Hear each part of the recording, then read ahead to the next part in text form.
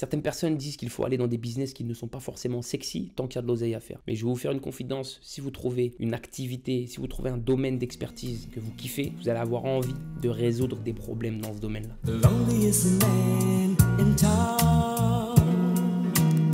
Salut à tous, j'espère que vous allez bien. Pour ceux qui tombent pour la première fois sur ma chaîne, je me présente, je m'appelle Pierre Mathieu, aka Ghetto Gatsby.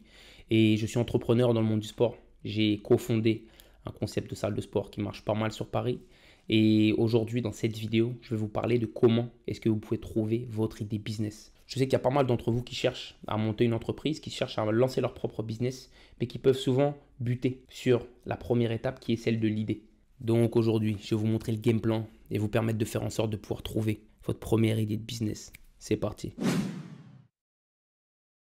La première étape va être l'analyse de vous-même. Gary Vaynerchuk parle de self-awareness, donc la conscience de vous-même. Il va s'agir de trouver quelles sont vos forces et quelles sont vos passions. Si vous arrivez à trouver les domaines dans lesquels vous vous sentez à l'aise ou les domaines que vous repoussez, si vous arrivez à trouver les choses que vous aimez faire ou les choses que vous détestez, ce sera beaucoup plus facile pour vous de faire du business. Certaines personnes disent qu'il faut aller dans des business qui ne sont pas forcément sexy tant qu'il y a de l'oseille à faire. Mais je vais vous faire une confidence, si vous trouvez une activité, si vous trouvez un domaine d'expertise que vous kiffez, vous allez avoir envie de résoudre des problèmes dans ce domaine-là.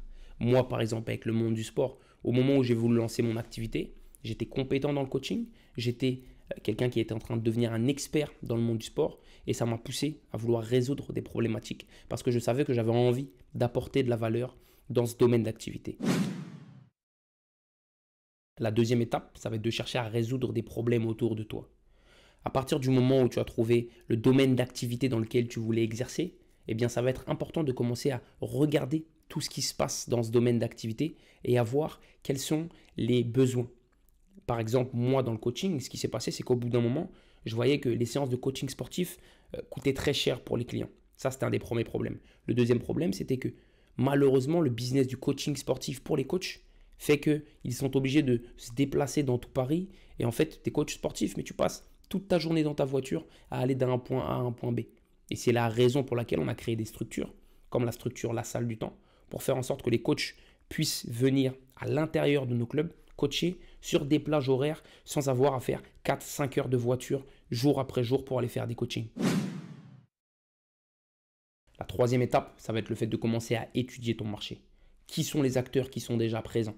Quelles sont les problématiques auxquelles ils sont en train de répondre grâce à leurs entreprises? Il faut aussi comprendre quelque chose, c'est que s'il y a de la concurrence sur votre marché, ça veut dire qu'il y a de la demande. Et c'est là que ça va être intéressant de vous différencier grâce à la valeur ajoutée que vous allez apporter sur votre marché. Et pour ça, ça va être un travail de recherche que vous allez devoir faire pour essayer de trouver quelles sont les niches qui sont sous-exploitées sur votre marché pour faire en sorte que votre entreprise règle cette problématique. La quatrième étape, et malheureusement beaucoup de gens s'arrêtent à cette étape-là, ça va être le fait de pouvoir tester votre idée à petite échelle. Il y a beaucoup de jeunes qui cherchent à lancer leur entreprise mais qui vont s'arrêter parce que tout n'est pas parfait. La meilleure façon de savoir si votre idée est bonne, c'est de la tester. Par rapport à l'idée que vous avez eue, eh bien l'idée ça va être de créer ce qu'on appelle un produit minimum viable. Donc une version numéro 1 de votre produit. Par exemple, pour moi, pour mon activité dans le coaching sportif, eh bien je vais commencer à créer un petit groupe de clients que je vais pouvoir coacher, sur lesquels je vais pouvoir petit à petit implémenter mes techniques de coaching à moi et faire en sorte grâce à ça d'avoir des premiers résultats et de savoir si je règle réellement une problématique. Le fait de faire ce truc-là, petit à petit, vous allez commencer à créer de la confiance déjà sur votre première niche de clients. Vous allez commencer à créer de la confiance chez vous-même et grâce à cette crédibilité et cette légitimité que vous êtes en train de créer, eh bien, ça va vous donner l'énergie nécessaire pour ça y est petit à petit développer votre projet à grande échelle. En résumé, l'idée numéro 1, c'est de vous connaître vous-même. L'étape numéro 2, c'est de repérer les problématiques sur votre marché. L'étape numéro 3, c'est d'étudier votre marché.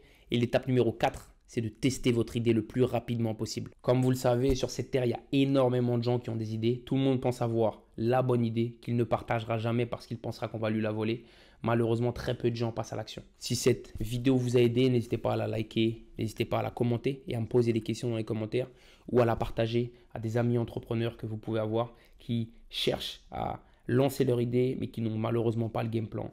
Et puis voilà, j'espère que la vidéo vous aura plu dans tous les cas. On est ensemble. Peace.